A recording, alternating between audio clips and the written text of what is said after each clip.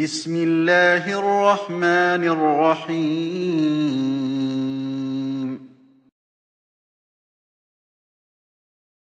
Assalamualaikum warahmatullahi wabarakatuh. Hai anak-anak, apa kabar kalian hari ini? Mudah-mudahan kalian dalam keadaan baik, sehat, dan terus semangat.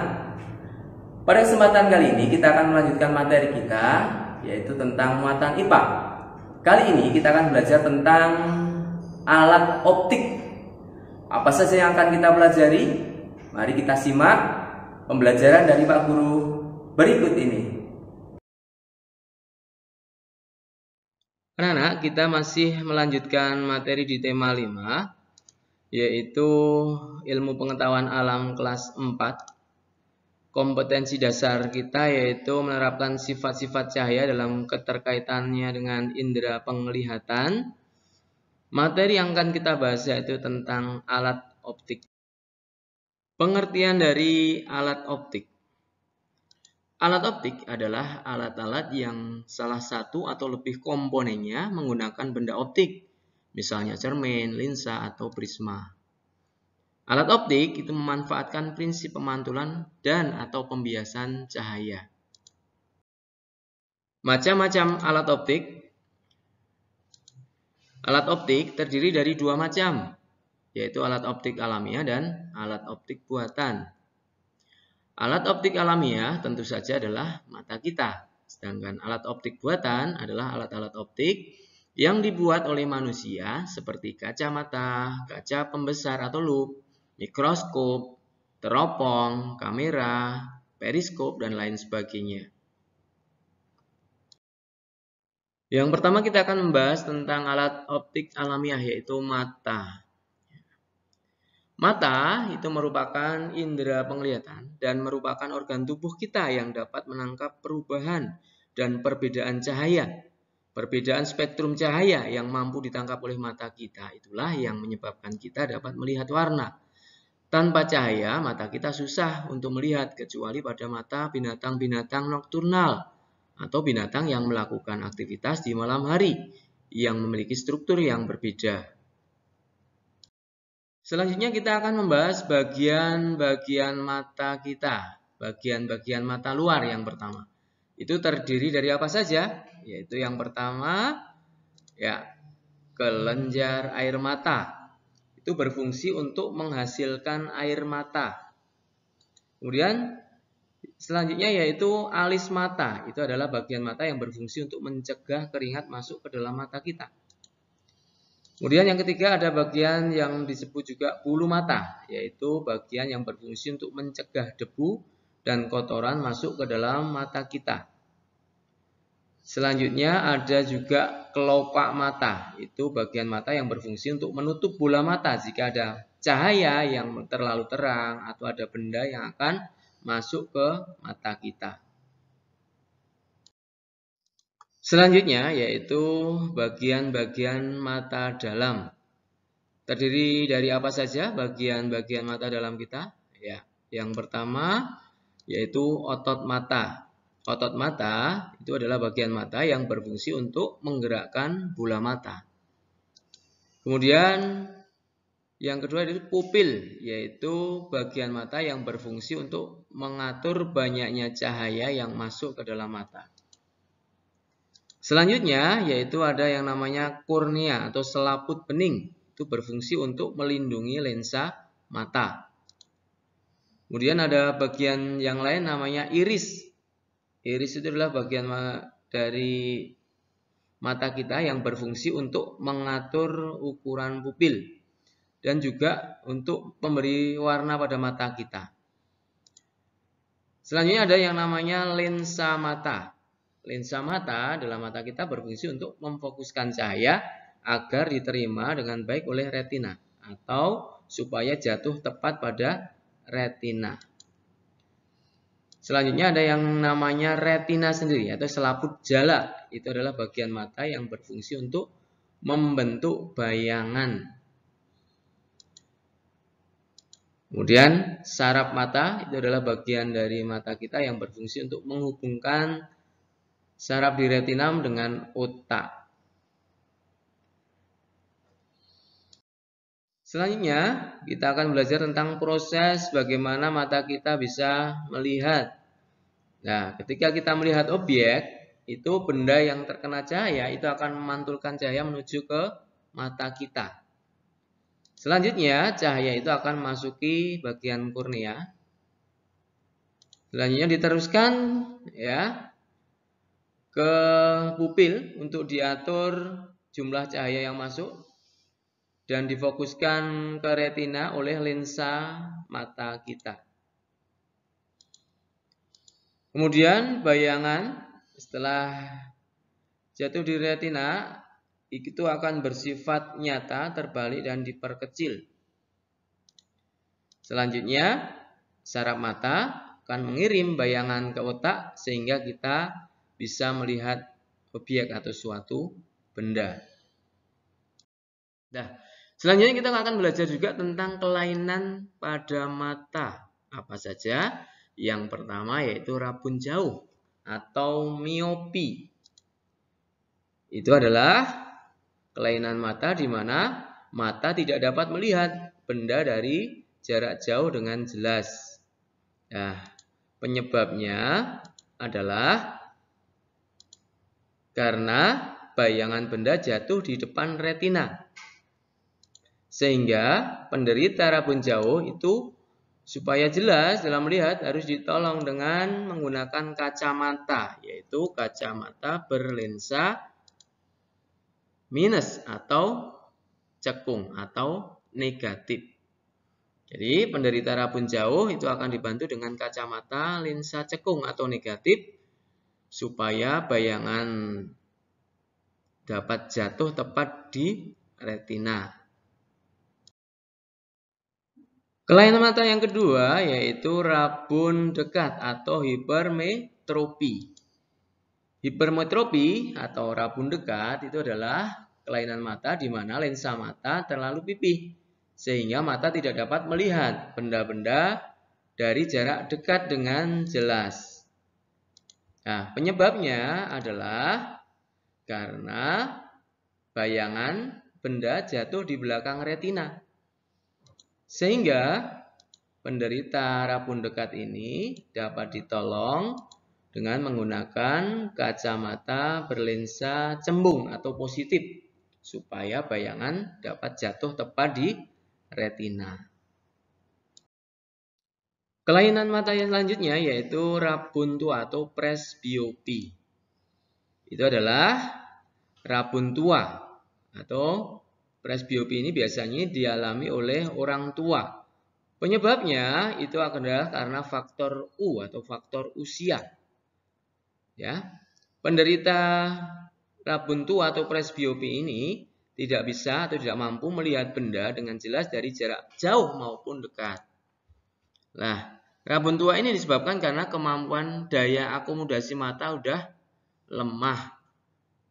Ya, penderita presbiopi bisa dibantu dengan menggunakan kacamata berlensa rangkap.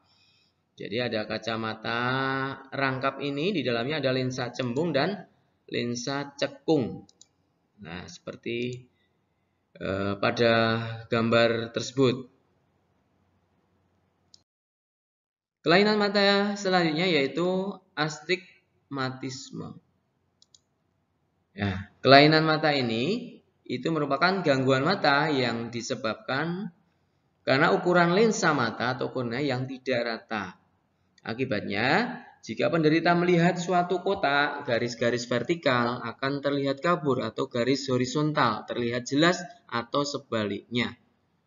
Cacat mata ini dapat ditolong dengan menggunakan kacamata berlensa silindris. Kelainan mata selanjutnya yaitu rabun senja. Rabun senja yaitu gangguan mata di mana mata akan kesulitan melihat pada malam hari atau saat berada dalam tempat yang gelap. Nah, rabun senja ini biasa disebut dengan rabun ayam. Penyebabnya karena penderita kurang vitamin A. Selanjutnya yaitu buta warna. Buta warna adalah kondisi di mana kualitas penglihatan seorang terhadap warna itu berkurang. Hal ini menjadikan penderita itu akan sulit membedakan warna tertentu. Itu disebut dengan buta warna sebagian dan bahkan seluruh warna. Disebut buta warna total. Nah, buta warna itu merupakan penyakit seumur hidup. Nah, dia tidak bisa membedakan warna-warna yang ada pada suatu huruf tertentu yang diberikan warna. Suruh membaca huruf tertentu dengan warna tidak bisa membedakan. Setelah kita mempelajari tentang kelainan yang ada pada mata, kita belajar juga tentang cara menjaga kesehatan mata. Bagaimana cara kita menjaga kesehatan mata? Yang pertama yaitu membaca dengan penerangan yang baik dan jarak sekitar 30 cm. Kemudian yang kedua, makan makanan yang mengandung banyak vitamin A. Kemudian yang ketiga, menonton televisi dengan penerangan yang cukup dan jarak yang tidak terlalu dekat. Selanjutnya yang keempat, hindari membaca sambil tiduran. Nah, ini biasanya anak-anak sering ya mengalami atau melakukan membaca sambil tiduran. Ini tidak baik ya, sehingga dapat membuat mata kita terganggu kalau kita lakukan terus-menerus. Setelah kita belajar tentang alat optik alamiah yaitu mata kita selanjutnya belajar tentang alat optik buatan manusia. Yang pertama yaitu loop. Ya, loop itu adalah nama lain dari kaca pembesar atau suryakanta. Guna dari loop ini adalah untuk melihat benda-benda yang kecil agar terlihat lebih besar. Nah, loop ini terdiri atas sebuah lensa cembung. Nah, ini biasa digunakan oleh tukang jam untuk membantu ketika memperbaiki jam yang rusak ya. Jadi tukang jam biasa menggunakan loop ini untuk membantu pekerjaan mereka. Alat optik selanjutnya yaitu mikroskop. Mikroskop adalah alat optik yang digunakan untuk melihat objek-objek yang sangat kecil yang tidak dapat dilihat dengan mata telanjang.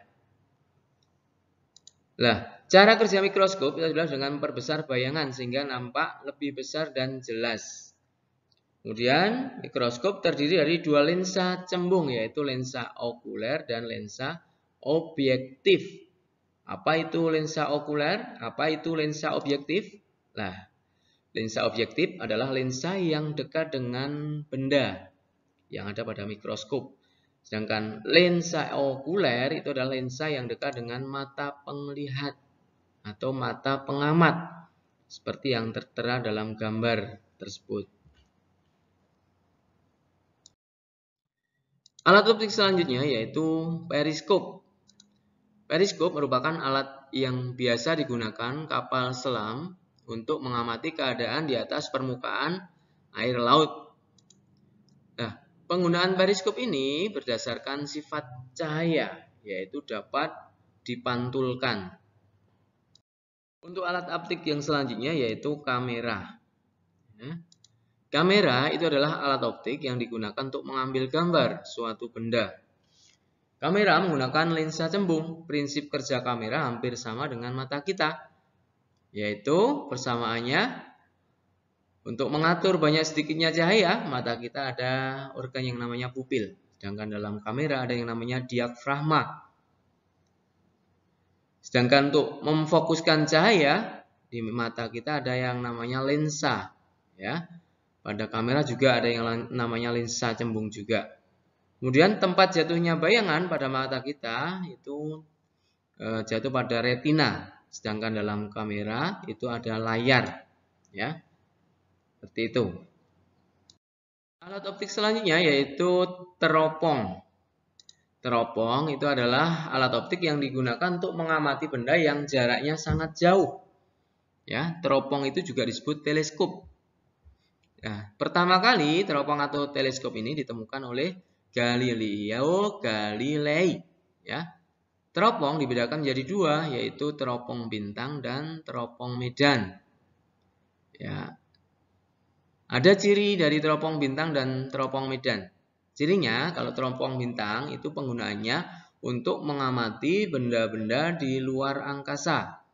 Sedangkan untuk teropong bumi atau teropong medan itu gunanya untuk mengamati benda-benda yang di darat atau di laut yang jaraknya jauh agar terlihat lebih jelas.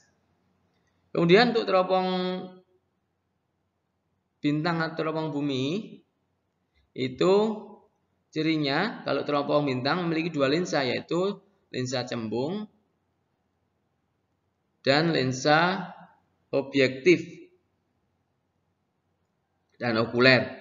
Sedangkan teropong bumi itu memiliki tiga lensa, yaitu lensa objektif, lensa okuler, dan lensa pembalik.